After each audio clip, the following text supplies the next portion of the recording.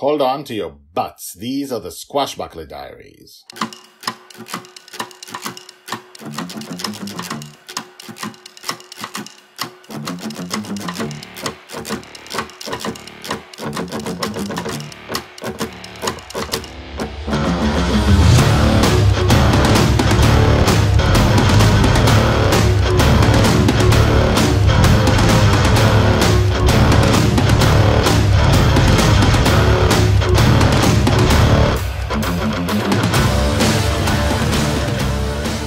Welcome back. My name is Guy Hasson, and you are listening to the Squashbuckler Diaries podcast. Welcome back, new listeners. Welcome back, new listeners in the present and new listeners from the future. I don't mean that you traveled back in time. I mean that most people listening to this will have come from the future with knowledge of what happens to Joy when she's much, much older. Once they've read the first book, the second book, the fifth book. I can't tell you how many books there'll be. I can't tell you how old she'll get to be. But the first season is about Joy at ages 2 to 6. Joy is the girl who lives in dreams, and we are continuing the saga, the 5-part saga, which this is actually part of it, even though it isn't called that, of what happened when Joy hit her father in the eye with the sword and cut out his eye in his dream. She lives in his dream. He lives on Earth, possibly, as far as we know, and he only comes to the dream when he sleeps.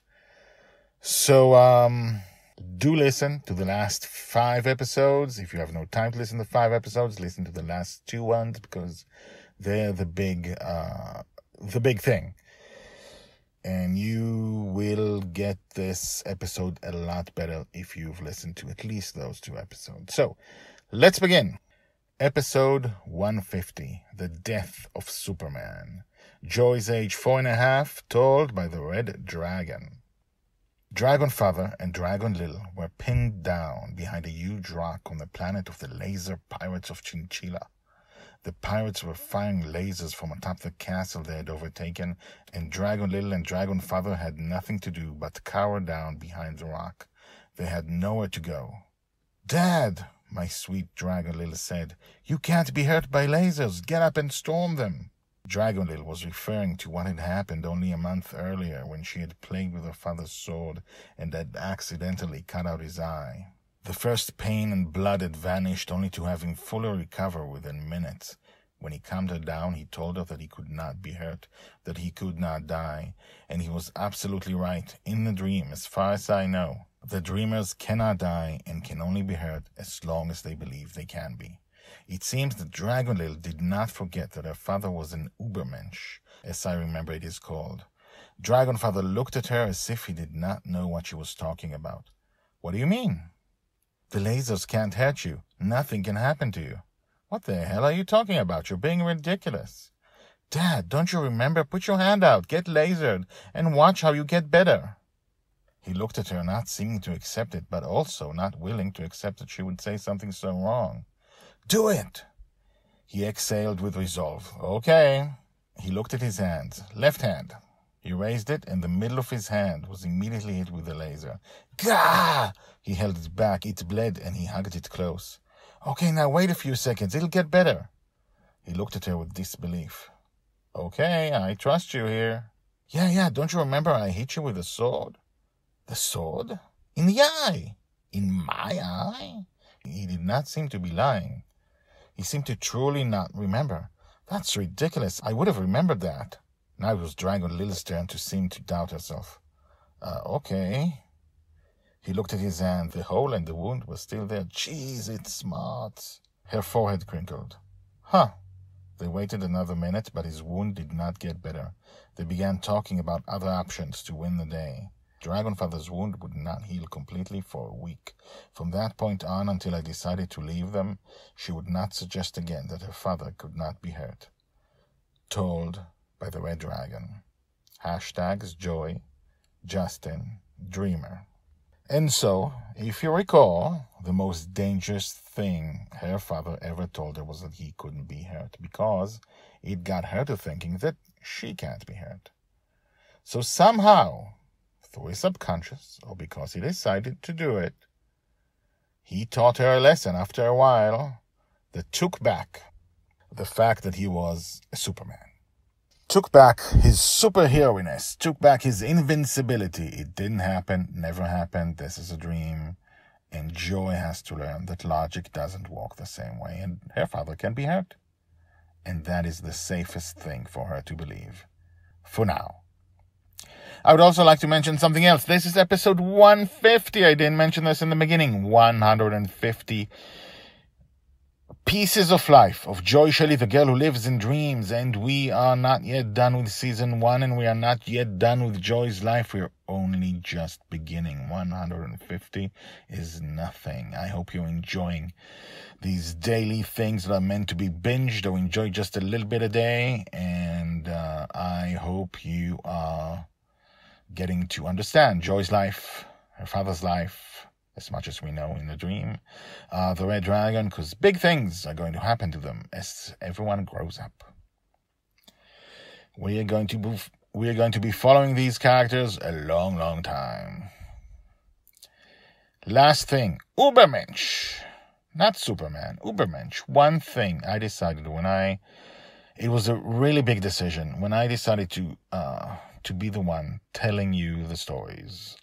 Because I wanted a personal relationship with you, rather than put an actor or an actress. Better an actress, because, the Red Dragon is a woman. It's a woman, a female dragon.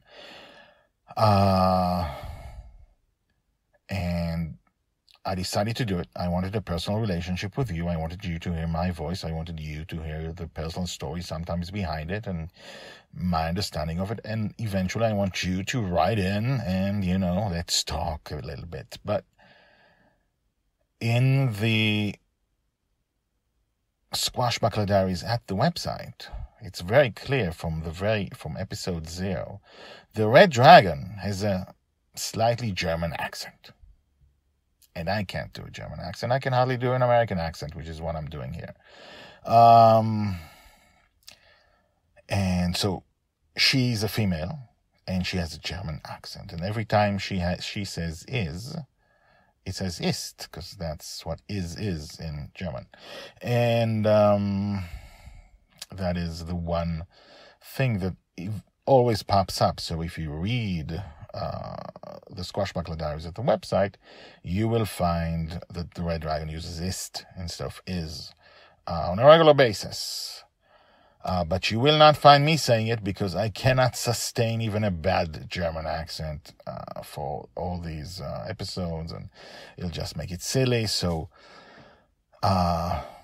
sometimes you do get stuff that has to do with the Red Dragon's background. We don't know what it is exactly, but Ubermensch instead of Superman. That's how she remembers it. She doesn't remember Superman, she remembers Ubermensch. And anyway, this was the death of Superman. Join us tomorrow for more exciting stuff about Joy Shelley's life, the girl who lives in dreams. And now, the credits. The Squashbuckler Diaries are written and read by me, Guy Hasson. All the tags mentioned in this story are searchable at the website. You can find all the stories there in written form, and in fact 150 Squashbuckler Diaries more. The Squashbuckler Diaries is the diary of Joy Shelley, the girl who lives in dreams. She'll be called the Forgotten Girl by her father. She'll be a true heroine. She'll change the world. This project shows her entire life from birth to death. Check out the website at guyhasson.com. That's GUYHASSON.com. I've been an author and a playwright for more than 30 years, and this is the first time I've used the guyhasson.com website, because The Girl in the Dream is my life project. If you have questions, if you want to comment, please do. You can comment at the website or email me at guyhasson@gmail.com. That's GUYHASSON @gmail.com. The theme music is called Brass Gentleman and is created by Thomas Howardek. My name is Guy Hasson, and this is my life project. Come back tomorrow, and tomorrow, and tomorrow for more.